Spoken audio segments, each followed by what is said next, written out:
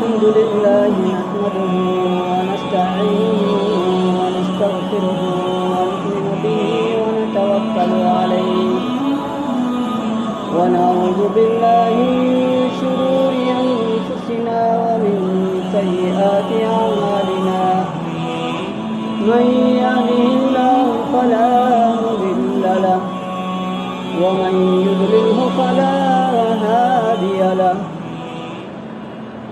ونشهد أن لا إله إلا الله وحده لا شريك له ونشهد أن سيدنا وسندنا وحبيبنا وطبيبنا ومولانا محمدا عبده ورسوله أما بعد فقد قال الله تبارك وتعالى في القرآن المجيد والفرقان الحميد فأعوذ بالله من الشيطان الرجيم بسم الله الرحمن الرحيم الذي خلق الموت والحياة ليبلوكم أيكم أحسن عملا وهو العزيز الغفور.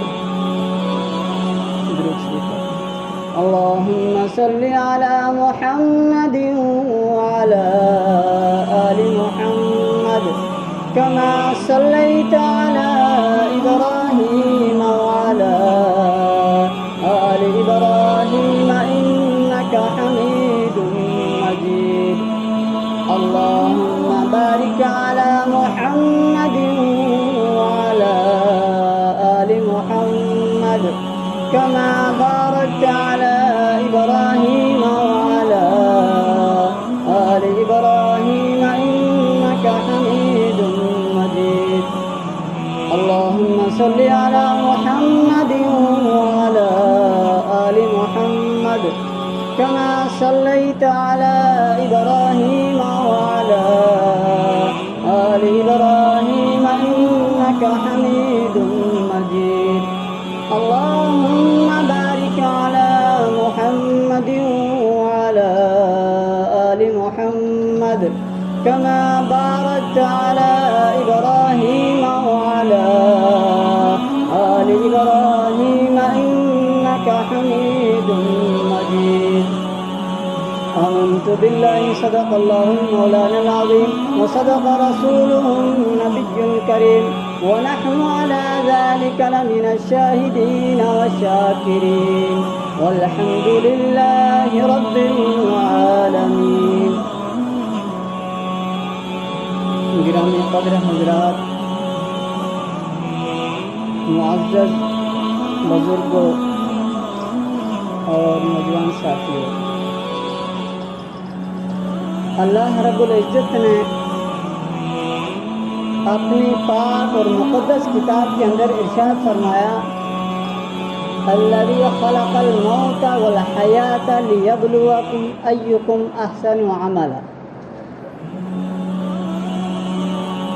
کہ ہم نے تمہیں موت اور حیات اس لیے دی تاکہ ہم یہ جان سکیں کہ تم میں سے اچھے عمل کون کرتا ہے. اور قرآن کریم میں رب کریم نے یہ نہیں فرمایا کہ لیبلوکم ایکم اکثر عملا، بلکہ لیبلوکم ایکم احسن عملا فرمایا. یہ نہیں فرمایا کہ ہم یہ جانیں کہ تم میں سے کون زیادہ اعمال کرتا ہے، بلکہ یہ فرمایا کہ ہم یہ جاننا چاہتے ہیں کہ تم میں سے اچھے اعمال کون کرتا ہے. تو ایک ہوتی ہے کیفیت، ایک ہوتی ہے کمیت. اس طرح ایک کوانٹٹی ہے اور دوسری کوالٹی ہے. تو آج جب ہمارے گھروں کے اندر نظر ڈالیں تو ہم اپنے گھر کی اشیاء کو بھی کوئی ادنا سی کوالٹی کو پسند نہیں کرتے. جو سب سے اعلیٰ کوالٹی کی چیز ہو وہی اپنے گھر کے لیے ہم تجویز کریں گے. کپڑا خریدیں گے تو اعلیٰ کوالٹی کا، جوتا لیں گے تو وہ بھی بہترین کوالٹی کا. کھانے پینے کی جو چیزیں ہیں، گھی چاہیے تو ہمیں خالص چاہیے جس میں ڈالڈا ملاوٹ نہ ہو. تو بے آئینی ہی اسی طریقے سے اللہ رب العزت بھی وہ اعمال چاہتے ہیں کہ جن کے اندر ملاوٹ بالکل نہ ہو، جو بالکل خالص ہو. اور جس طرح ہم یہ چیزیں خریدتے ہیں تو جب ہمیں اس چیز کا علم ہوتا ہے کہ یہ بہترین کوالٹی ہے تو ہم 4 پیسے ایکسٹرا دیتے ہیں بہترین کوالٹی کو خریدنے کے لیے. تو اسی طریقے سے اللہ رب العزت بھی فرما رہے ہیں کہ تم اخلاص کے ساتھ عمل کرو گے، خالص میرے لیے کرو گے تو اجر دگنا ملے گا، بلکہ کئی گنا زیادہ اللہ اجر عطا فرماتے ہیں. قربان جائے صدیق اکبر رضی اللہ تعالی عنہ کی شان پر کہ جنہوں نے اس امت پر احسان عظیم فرمایا اور 7 چیزوں کی زینت انہوں نے بتلائی اور ان 7 باتوں کے اندر پورے دین کا انہوں نے خلاصہ پیش کر دیا اور ہم جیسے عام لوگوں کو سمجھانے کے لیے کھڑے کھڑے الفاظ میں باتیں بتلا دی. تو اعمال کے 2 درجے ہوا کرتے ہیں کہ نمبر 1 کہ اعمال کی توفیق مل جائے. ہم نے نماز پڑھ لی، ہمیں نماز پڑھنا اللہ نے نصیب کر دیا، توفیق عطا فرما دی. روزہ رکھنے کی توفیق عطا فرما دی. اللہ نے مال دیا تو زکوٰۃ ادا کرنے کی بھی توفیق عطا فرما دی. وسعت دی تو حج کرنے کی توفیق عطا فرما دی. ایک تو اللہ کے ہاں سے توفیق مل گئی، ایک درجہ تو یہ ہے. لیکن دوسرا درجہ وہ اصل ہے، وہ یہ ہے کہ کوالٹی، جیسے ہمارے مشائخ نے کوالٹی کو حاصل کیا، انہوں نے اخلاص والے اعمال کر کے بتلائے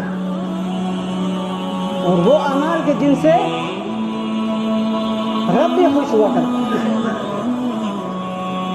تو ان 7 چیزوں کو سیدنا صدیق اکبر رضی اللہ تعالیٰ عنہ فرماتے ہیں کہ 7 چیزیں ایسی ہیں کہ جن سے ان 7 چیزوں کو زینت ملتی ہے.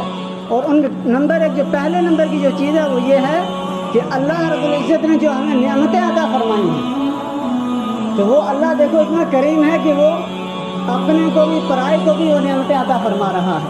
وہ نیکوکاروں کو بھی، بدکاروں کو بھی، گناہ گاروں کو بھی، عابدوں کو بھی، زاہدوں کو بھی، ہر ایک کو عطا فرما رہا ہے. لیکن اس کے باوجود اللہ کی شان یہ دیکھو کہ اللہ ہماری ان خطائیں کرنے پر ہم سے وہ نعمتیں چھین بھی نہیں رہا.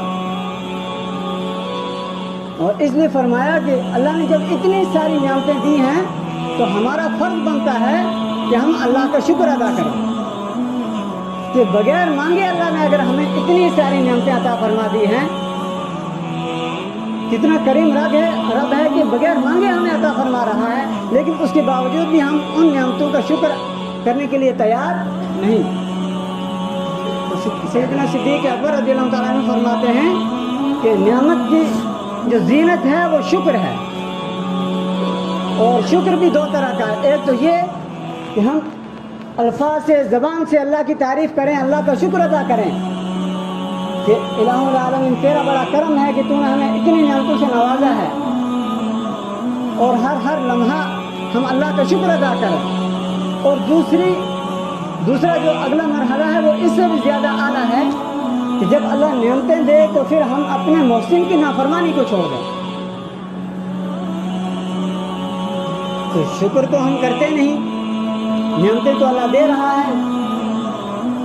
پھر ذوالفقار صاحب نے خطبات ذوالفقار کی جلد نمبر 28 کے اندر لکھا ہے، فرماتے ہیں کہ میں ایک شخص سے ملا اور اللہ نے انہیں اتنی وسعت دی تھی کہ وہ اگر 40 خاندانوں کو، ان کے 40 خاندانوں کے اخراجات کو چلانا چاہیں تو آسانی سے چلا سکتے ہیں.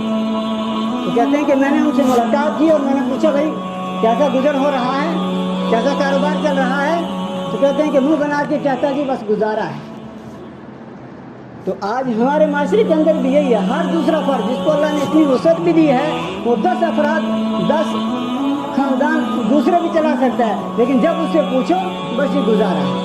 یعنی ناشکری اس قدر زبان پر ہے کہ اللہ نعمتیں تو دے رہا ہے، لیکن اللہ کا نام لیتے ہوئے، اللہ کا شکر کرتے ہوئے ہماری زبان چھوٹی ہو جاتی ہے، جبکہ شکوے کرتے وقت ہماری زبان بڑی لمبی ہو کرتی ہے۔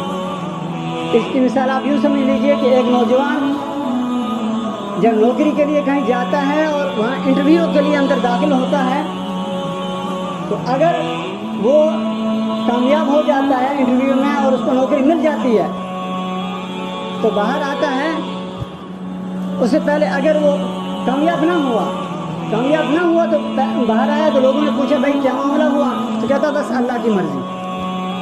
کیا کہتا ہے؟ اللہ کی مرضی۔ لیکن اگر وہ کامیاب ہو جاتا ہے، پھر جب باہر آتا ہے لوگ پوچھتے ہیں بھائی کیا معاملہ ہوا، پھر یہ نہیں کہتا اللہ کی مرضی، پھر کہتا ہے کہ مجھے یہ پوچھا، میں نے یہ جواب دیا، یہ پوچھا، یہ جواب دیا، یہ کہا، میں نے اس کا جواب ایسے دیا، پھر اس میں آ جاتی ہے کہ میں نے یہ کر دیا۔ اس وقت اس سے اللہ یاد نہیں رہتا۔ تو اس لیے فرمایا کہ جب ہمیں اللہ نعمتیں عطا فرماتا ہے تو تب ہم اللہ کو بھول جاتے ہیں، لیکن جب نعمتیں چھین لیتا ہے تو پھر ہمیں اللہ یاد آتا ہے، جی اللہ کی مرضی۔ تو اس سے پہلے کہ ہماری نعمتیں چھن جائیں، ہم اللہ کا شکر ادا کریں۔ اور اللہ کا شکر دو طریقوں سے ادا ہوگا۔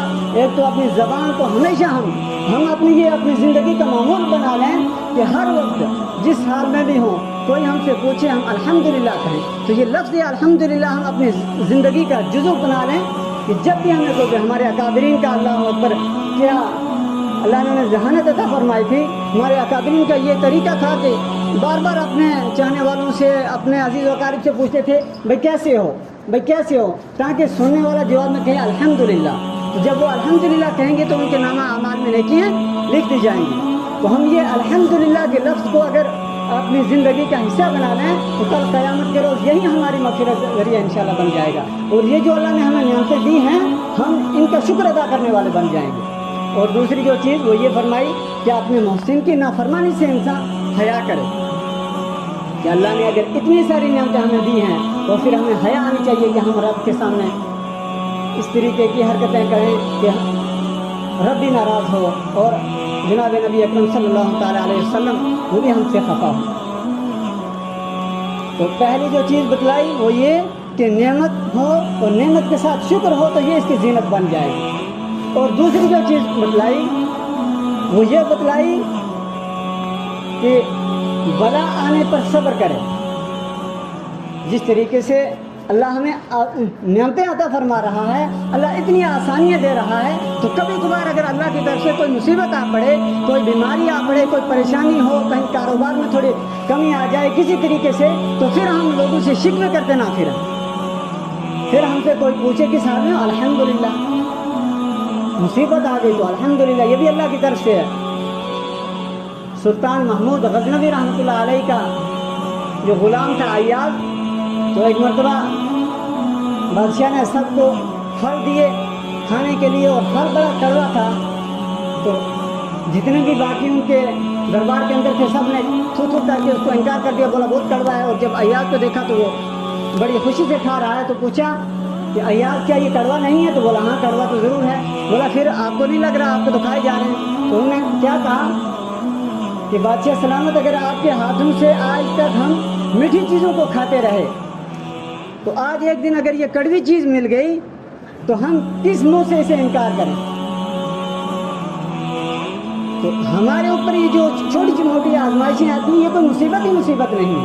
مصیبتیں تو وہ تھیں جو ہمارے اکابر نے جھیلی، مصیبتیں تو وہ تھیں جو ہم سے پہلے لوگ جھیل چکے ہیں۔ ایک شخص طواف کر رہے تھے اور دوران طواف انہوں نے دیکھا کہ ایک عورت طواف کر رہی ہے، اور طواف کے دوران وہ یہ کہہ رہی ہے کہ جیسے اللہ کی مرضی، اللہ نے اس حال میں بھی راضی، اللہ نے اس حال میں بھی راضی، اللہ نے اس حال میں بھی راضی۔ وہ فرماتے ہیں کہ بھئی میں بڑا تعجب نہ ہوا کہ یہ تو طواف کر رہی ہے اور یہ کیا بتلا رہی ہے۔ تو جب اس نے طواف مکمل کیا تو میں نے پوچھا کہ بہن کیا معاملہ ہے، آپ یہ کیا بتلا رہی تھی؟ تو اس نے کہا کہ میں 3 بیٹوں کی ماں ہوں، 3 بیٹوں کی ماں ہوں، اور میں گھر کے اندر روٹی بنا رہی تھی، میرا چھوٹا جو بچہ ہے وہ میرے ساتھ کھیل رہا تھا، اور دوسرے کمرے میں میرے 2 بچے تھے، اس والے بچے سے تھوڑے سے ہوشیار تھے، ابھی بلوغت تک نہیں پہنچے تھے، وہ بھی چھوٹے تھے۔ تو بولا بڑے والے بچے نے چھوٹے والے بچے کو ذبح کر دیا۔ جب چیخنے چلانے کی آواز آئی، میں وہاں گئی، دیکھا تو بڑے بیٹے نے چھوٹے والے کو ذبح کر دیا تھا۔ تو ہوا یہ کہ دراصل ہمارے خاوند نے ایک دن پہلے ایک بکری کا بچہ ذبح کیا تھا اور وہ چھری وہیں پہ کہیں رکھی تھی. تو جب بڑے بچے نے دیکھا اس چھری کو, اس نے کہا کہ ابو نے اس چھری سے بکری کو ذبح کیا تھا. تو چھوٹے نے کہا اچھا, بولا ہاں. تو پھر اس نے کہا میں آپ کو بتلاؤں کیسے ذبح کیا تھا. اس نے کہا بتلاؤ. تو چھوٹا لیٹ گیا اور بڑے نے اس کے اوپر چھری چلا دی. اب وہ بھی اتنا بڑا نہیں تھا, ناسمجھ ہی تھے دونوں. تو جب چھری چلائی, جب خون کا فوارہ نکلا تو وہ بچہ, اس کی بھی چیخ نکل گئی کہ میں نے کیا کر دیا. اب وہ ڈرا اور بھاگا وہاں سے. تو کہتی ہے کہ میں نے اس بچے کو اٹھایا اور اس سے خون میں لت پت تھا, اسے اٹھایا اور صحن میں چارپائی ڈالی اور اس چارپائی پہ اس بچے کو رکھا. اب میں اس دوسرے کو ڈھونڈنے کے لیے گئی کہ وہ کہاں نکل گیا. وہ گھبرایا ہوا تھا, وہ کہیں بھاگا. اور جب میں نے دیکھا کہ صحن میں نے لکڑیوں کا گٹھڑ رکھا ہوا تھا, وہ لکڑیاں میں نے آگ جلانے کے لیے رکھی تھی. ان لکڑیوں کے پیچھے وہ بچہ چھپا اور وہاں پہ اسے سانپ نے ڈسا تو وہ بھی وہیں پہ ختم ہو گیا. وہاں سے میں نے اس بچے کو بھی اٹھایا, اس بچے کو اٹھا کر کے لایا اور اسے بھی اسی چارپائی کے اوپر رکھا. اب میں اس چھوٹے والے بچے کو دیکھنے کے لیے گئی جو میرے ساتھ کھیل رہا تھا. تنور کے پاس میں گئی, جا کے میں نے دیکھا تو وہ کھیلتا کھیلتا اس میں تندور میں گر گیا اور وہاں پہ جل کے راکھ ہو گیا. تو میں نے تیسرے بچے کو بھی اس طریقے سے اٹھایا اس حالت میں اور لا کے اس طرح چارپائی کے اوپر رکھا. تو اب میں آئی ہوں اللہ کے گھر کے سامنے, اللہ کے گھر کا طواف کر رہی ہوں. تو میں کہہ رہی ہوں اللہ میں اس میں بھی راضی, اللہ میں اس میں بھی راضی. تو یہ تھی وہ مصیبتیں اور یہ تھی وہ آزمائشیں. ایسی آزمائشوں پہ اللہ رحم فرمائے. ہم میں سے کسی نے تصور بھی نہیں کیا ہوگا. چھوٹی موٹی تکلیفیں آتی ہیں, چھوٹی موٹی پریشانیاں ہوتی ہیں, ہم کہتے ہیں بس جی ہم تو لٹ گئے, ہم تو برباد ہو گئے, یہ ہو گیا وہ ہو گیا. اور جس اللہ نے اتنی نعمتیں عطا فرمائی ہیں اس کا شکر ہماری زبان پر کبھی نہیں آتا. ہمارے ہندوستان کے جو بادشاہ تھے اور اس کے یہ جتنے بھی بادشاہ, مغل خاندان کا آخری جو بادشاہ تھا بہادر شاہ مظفر رحمۃ اللہ علیہ. تو جب فرنگیوں نے انہیں قید کیا, ان کے 12 بیٹے تھے اور انہیں قید کر کے جب ان کے لے گئے تو وہاں پہ انہوں نے کہا, جب انہوں نے کہا کہ ہم آپ کی دعوت کرنا چاہتے ہیں. اور جب دعوت کی تو سامنے دسترخوان بچھایا ہوا تھا. دسترخوان بچھایا, دسترخوان کے اوپر پھل رکھے ہوئے ہیں, سبزیاں رکھی ہوئی ہیں اور کچھ بیچ میں برتن رکھے ہوئے ہیں. ایسا معلوم ہو رہا تھا کہ سالن والے برتن ہیں. اور ایک فرنگی نے ایک برتن کا ڈھکن اٹھایا تو ان کے ایک بیٹے کا سر, دوسرے برتن کا ڈھکن اٹھایا تو دوسرے بیٹے کا سر, تیسرے برتن کا ڈھکن اٹھایا تو تیسرے بیٹے کا سر. اسی طریقے سے ان کے 12 کے 12 بیٹوں کو ذبح کر کے ان کے سامنے پیش کیا. اللہ اکبر. پھر انہوں نے یہ اشعار پڑھے اس وقت انہوں نے دیکھ کر کے کہ نہ میں کسی کی آنکھ کا نور ہوں, نہ میں کسی کے دل کا قرار ہوں. نہ میں کسی کی آنکھ کا نور ہوں, نہ کسی کے دل کا قرار ہوں. جو کسی کے کام نہ آ سکا میں وہ ایک بش کے غبار ہوں. میرا رنگ و روپ بدل گیا, میرا یار مجھ سے بچھڑ گیا. میرا رنگ و روپ بدل گیا, میرا یار مجھ سے بچھڑ گیا. جو چمن خزاں سے اجڑ گیا میں اسی کی فصل بہار ہوں. یہ اشعار پڑھیں گے تو اللہ ہم کو ایسی ایسی آزمائشوں سے اللہ ہم سب کی حفاظت فرمائے. یہ تھے وہ اللہ کے برگزیدہ بندے کہ جنہوں نے ایسی ایسی آزمائشوں کو بھی پایا لیکن رب کی رسی کو مضبوطی سے پکڑا. کبھی ان کی زبان پر شکوہ تک نہیں آئے. اور ہمیں کانٹا چبھ جاتا ہے تو بس خیریت پوچھتے ہیں, بس یہ نکل رہا ہے دین دن. ارے اللہ کو شکر کریں, اللہ دے رہا ہے, اللہ اتنی نعمتیں دے رہا ہے. اللہ نے ایسی بیماریوں میں ہمیں نہیں ملوث کیا کہ جو لا علاج بیماریاں ہیں وہ اللہ دے رہا ہے. ان کے اگر اپنے سے آگے والوں کو دیکھیں گے نا, اس لیے پھر نبی علیہ السلام نے کیا فرمایا کہ دنیا کے معاملے میں آپ اپنے سے پیچھے والوں کو دیکھو اور دین کے معاملے میں اپنے سے آگے والوں کو دیکھو. لیکن ہماری پریشانی یہ ہے کہ ہم دنیا میں دیکھتے ہیں, دنیا کے اعتبار سے جو ہم سے آگے نکل گیا تو ہمیں بڑا حسد ہوتا ہے. ہم تو یہ سوچتے ہیں کہ یار اس نے بھی, اور اس کے لیے ہم فتوے بھی ڈھونڈتے ہیں, مجھے فلاں بندے نے ایسا مکان بنا لیا. نہیں, کیا یہ جائز ہے بھائی؟ اگر اللہ دے رہا ہے تو اچھا گھر بناؤ, کوئی حرج نہیں ہے. اللہ نے اگر وسعت دی ہے تو مومن کا گھر بھی عالیشان ہو, مومن کا کھانا پینا بھی عالیشان ہو, مومن کا پہننا بھی عالیشان ہو. ایک مرتبہ جناب نبی اکرم صلی اللہ علیہ وسلم تکبر کے بارے میں کچھ باتیں بتلا رہے تھے اور چند صحابہ رضوان اللہ تعالیٰ علیہم اجمعین بولے کہ یا رسول اللہ صلی اللہ علیہ وسلم, ہمیں تو اچھا کپڑا پہننے کی شوق ہے, ہم تو چاہتے ہیں کہ ہم اچھا لباس پہنیں, ہم اچھی خوشبو لگائیں. تو نبی علیہ السلام نے فرمایا کہ اچھا لباس پہننا تکبر نہیں ہے, اچھی خوشبو لگانا تکبر نہیں ہے, بلکہ تکبر یہ ہے کہ جو تم سے کمتر ہو مالی اعتبار سے تم انہیں حقیر نہ جانو. اللہ اگر ہمیں دے رہا ہے تو اچھی بات ہے، ہمیں اسے استعمال کریں، اللہ کا شکر بھی کریں، لیکن اپنے سے کم والوں کو حقیر نہ سمجھیں، تو پھر وہ نعمتیں جو ہیں وہ نعمتیں اللہ ان کے اندر مزید اضافہ کرے گا، کیونکہ قرآن کریم نے صاف بتا دیا لئن شکرتم لازیدنکم ولئن کفرتم ان عذابی لشدید۔ اور آگے ایک جگہ قرآن کریم میں اللہ رب العزت نے کیا فرمایا، اعملوا آل داؤد شکرا وقلیل من عبادی الشکور، کہ میرے بندوں میں بہت سے کم ہوں گے، بہت کم تھوڑے ہوں گے جو میرا شکر ادا کریں گے۔ ایک جگہ فرمایا وما قدر اللہ حق قدرہ، اللہ اکبر۔ اللہ رب العزت کو یہ فرمانے کی ضرورت پڑ رہی ہے کہ ہم نے اپنے رب کی ایسی قدر نہیں کی جیسی کرنی چاہیے تھی۔ تو کتنا کریم رب ہے کہ اتنی نعمتوں کے باوجود بھی ہمیں دے رہا ہے۔ اور سیدنا حضرت داؤد علیہ السلام فرماتے ہیں کہ مجھے اللہ رب العزت نے وحی بھیجی کہ اے داؤد، میں جو آپ کو دے رہا ہوں، کھانے کے لیے دے رہا ہوں، تو کبھی سبزی اگر جلی ہوئی ہو تو یہ مت کہنا کہ اللہ یہ سبزی جلی ہوئی کیسی ہے، بلکہ یہ یاد رکھنا کہ جب میں نے رزق کو تقسیم کیا میں نے تجھے یاد رکھا تھا، اگر میں تجھے یاد نہ رکھتا تو تجھے ملتا ہی کہاں۔ بس یہ دیکھو کہ اللہ نے مجھے یاد رکھا تھا، اس لیے اللہ ہمیں دے رہا ہے۔ تو جو تیسری چیز بتلائی سیدنا صدیق اکبر رضی اللہ تعالیٰ عنہ نے، وہ یہ بتلائی کہ علم بڑھانے کے ساتھ ساتھ حلم بڑھانے کی بھی بڑی ضرورت ہے، کیونکہ جناب نبی اکرم صلی اللہ تعالیٰ علیہ وسلم جیسا حلم متبع شخص کائنات نے آج تک نہیں دیکھا۔ تو حلم کس چیز کو کہتے ہیں کہ ناراض ہونے پر غصہ آنے میں جلد بازی نہ کرے، یہ حلم ہے۔ تو اللہ خود کیسے حلم فرما رہے ہیں اپنے بندوں کے ساتھ کہ ہم اللہ کی نافرمانی کر رہے ہیں، ہم نے آنکھ کا گناہ کیا تو اللہ نے ہماری بینائی نہیں چھینی،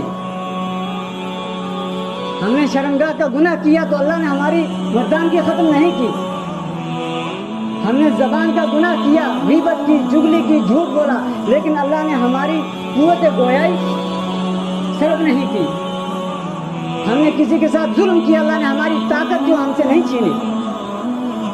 لیکن اس کا مقصد یہ نہیں ہے کہ وہ چھینے گا نہیں، وہ وقت آنے پر ضرور اس کا اجر دے گا، لیکن جس طریقے سے بنی اسرائیل کے اندر کوئی گناہ کرتا تھا تو ان کے دروازے پہ لکھ دیا جاتا تھا، لیکن اللہ کریم نے اس امت کے ساتھ یہ خاص کرم فرمایا کہ اتنا پردہ پوشی کا، اتنا ستاری کا معاملہ فرمایا کہ گناہ بھی کر رہے ہیں لیکن اللہ پھر بھی ہم سے نعمتیں چھین نہیں رہا، ہمیں موقع دے رہا۔ تو کتنا بڑا حلم اللہ فرما رہے ہیں اپنے بندوں کے ساتھ۔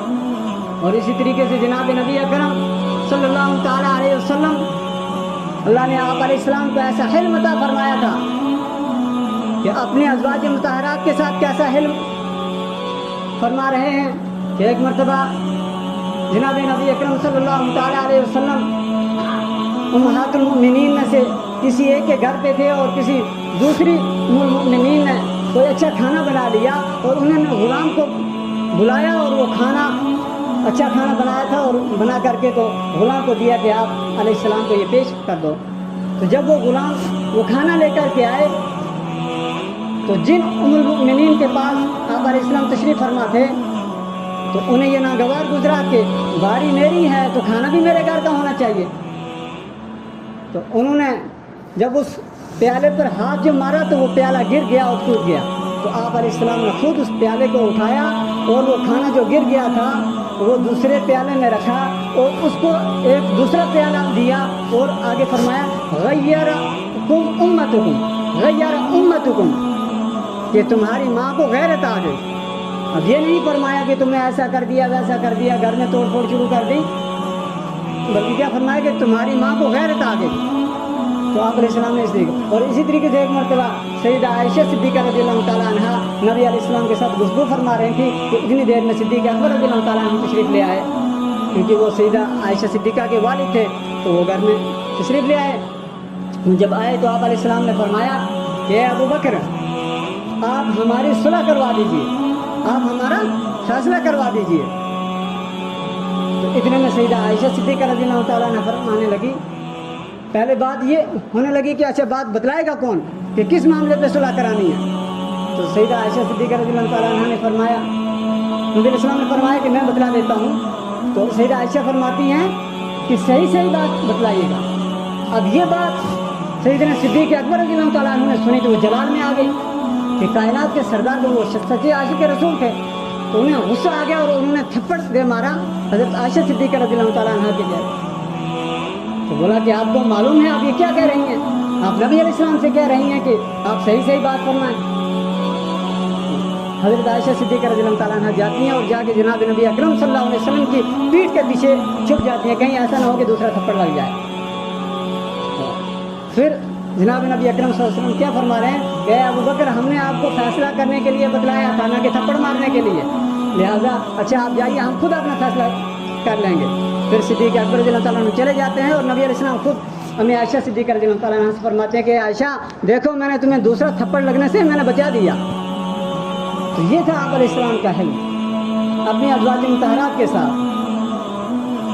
اور آپ علیہ السلام کا حلم نوجوانوں کے ساتھ کیسا تھا؟ ایک نوجوان آیا نبی علیہ السلام کی خدمت میں اور آگے اور کیا کہ یا رسول اللہ صلی اللہ علیہ وسلم مجھے زنا کرنے کی اجازت دے دیجیے. آج ہم میں سے کسی مولوی کے پاس کوئی آ جائے نا تو ہم اس کے اوپر ہزاروں فتوے لگا دیں گے اور پہلے تو اس کی وہیں بیچارے کی درگھٹنا شروع ہو جائے گی. تو جس کے بارے میں قرآن کریم نے صاف بتلا رہے ہیں کہ ولا تقربوا الزنا کہ زنا کے قریب بھی مت جاؤ. اور پھر اسی کے بارے میں کوئی آ کے نبی علیہ السلام سے پوچھے کہ یا رسول اللہ ہمیں زنا کی اجازت دیجیے. تو نبی علیہ السلام نے فرمایا یہ نہیں فرمایا کہ تو نے کیا کر دیا کہ بٹھایا آپ علیہ السلام نے اور بڑے پیار سے پوچھا کہ آپ بتاؤ کہ کیا یہ عمل اگر تمہاری والدہ سے کوئی کرے تو تمہیں اچھا لگے گا؟ اس نے کہا نہیں. بولا اگر تمہاری بہن سے کوئی اس طرح کی حرکت کرے تو تمہیں اچھا لگے گا؟ اس نے کہا نہیں. بولا اگر تمہاری بیوی سے کوئی یہ حرکت کرے تو اچھا لگے گا؟ بولا نہیں. بولا اگر تمہاری بیٹی سے کرے تو؟ بولا بالکل نہیں. بولا جس کسی کے ساتھ تم یہ عمل کرنا چاہتے ہو وہ بھی تو کسی کی بہن بیٹی ہے اور وہ بھی تو یہ چیز نہیں چاہتے، لہذا اللہ سے ڈرو. اور آپ علیہ السلام نے پھر اس کے سینے پہ ہاتھ رکھا اور اسے دعا دی. تو وہ نوجوان فرماتے کہ ساری زندگی پھر میری دل و دماغ کے اندر کبھی اس گناہ کا تصور بھی پیدا نہیں ہوا. اور اس طرح ایک اور نوجوان تھا تو اس کی یہ عادت تھی کہ جس کھجور کے درخت پہ اچھے خوشے لگے ہوئے نظر آتے وہ کھجور کے درخت پہ چڑھ کے وہ خوشے نکال کے کھایا کرتا. تو ایک صحابی نے اسے پکڑا اور جناب نبی اکرم صلی اللہ علیہ وسلم کی خدمت میں لے آیا اور شکایت کی کہ یا رسول اللہ صلی اللہ علیہ وسلم یہ شخص میرے کھجور کے درخت کے اوپر سے بغیر اجازت کے اس طریقے سے پھل کھا رہا ہے. تو آپ علیہ السلام نے خود وہ نوجوان کہتا ہے کہ میں ڈرا ہوا تھا کہ پتہ نہیں اب میرے ہاتھ کاٹ دیے جائیں گے یا پتہ نہیں مجھ پہ کتنی تعزیریں لگیں گی، کیا کیا ہوگا. تو وہ نوجوان کہتا ہے کہ جب میں نبی علیہ السلام کے پاس گیا تو نبی علیہ السلام نے فرمایا کہ بتاؤ بھائی ایسا کیوں کرتے ہو؟ تو میں نے کہا کہ مجھے بھوک لگی ہوتی ہے. تو آپ علیہ السلام نے کیا فرمایا؟ دیکھو یہاں ایک مسئلے کی بھی وضاحت ہو جائے گی. آپ علیہ السلام نے فرمایا کہ جو کھجوریں درخت سے نیچے گری ہوئی ہیں اس میں اذن عام کا حکم ہے، وہ تم کھا سکتے ہو، لیکن جو درخت کے اوپر ہیں وہ مالک کی اجازت کے بغیر نہیں کھا سکتے. تو پھر اس کے بعد نبی علیہ السلام نے اس کے سینے پہ ہاتھ رکھ کے کہا کہ اللہ تمہاری بھوک کو مٹائے اور اللہ تمہارے رزق میں وسعت فرمائے. تو وہ نوجوان کہتا ہے کہ اللہ نے اس کے بعد مجھے اتنا رزق بھی عطا فرمایا اور اس طریقے سے مجھے کبھی شکایت کا موقع نہیں ملا. تو یہ اللہ کے نبی صلی اللہ علیہ وسلم کا نوجوانوں کے ساتھ علم ہے. اور پھر یہی علم آپ علیہ السلام نے اپنی امت کو سکھایا. چنانچہ امام اعظم ابو حنیفہ رحمۃ اللہ علیہ ایک مرتبہ انہوں نے جب یہ فتویٰ دیا موسیقی کے بارے میں تو موسیقی کے بارے میں جناب نبی اکرم صلی اللہ علیہ وسلم نے خود فرمایا کہ مجھے موسیقی کو ختم کرنے کے لیے بھیجا گیا. تو حرام چیز کو حرام قرار دینا یہ تو علماء کا کام ہے ہی. تو امام صاحب رحمۃ اللہ علیہ نے لکھا جب یہ فتویٰ دیا تو وہ بدبخت قسم کا آدمی وہ امام صاحب کے پیچھے چل رہا ہے اور الٹی سیدھی باتیں وغیرہ بہت کچھ زبان درازی کر رہا ہے. تو امام صاحب جب اپنے گھر کے قریب پہنچے تو رک گئے. تو اس نے کہا رک کیوں گئے، چلتے کیوں نہیں؟ امام صاحب رحمۃ اللہ علیہ فرماتے ہیں میں اس لیے رک گیا کہ آپ یہاں پہ اچھے طریقے سے اپنی بڑھاس نکال لو، کیونکہ میں اگر اندر چلا گیا تو پھر آپ کس کو کہو گے، پھر آپ کی بات کوئی سننے والا نہیں ہوگا. اور امام ابو حنیفہ رحمۃ اللہ علیہ کی شاگرد امام ابو یوسف رحمۃ اللہ علیہ ان سے کسی نے کوئی مسئلہ پوچھا تو انہوں نے کہہ دیا لا ادری، مجھے نہیں معلوم. تو یہ علم کی ایک بہت بڑی دلیل ہے کہ جس کے پاس علم ہو تو جب کسی مسئلے میں اس کو خبر نہ ہو، اس کی واقفیت اتنی نہ ہو یا اس کے بارے میں اس کو پورا اطمینان نہ ہو تو وہ مسئلہ نہیں بتائے گا. تو وہ کہتے لا ادری.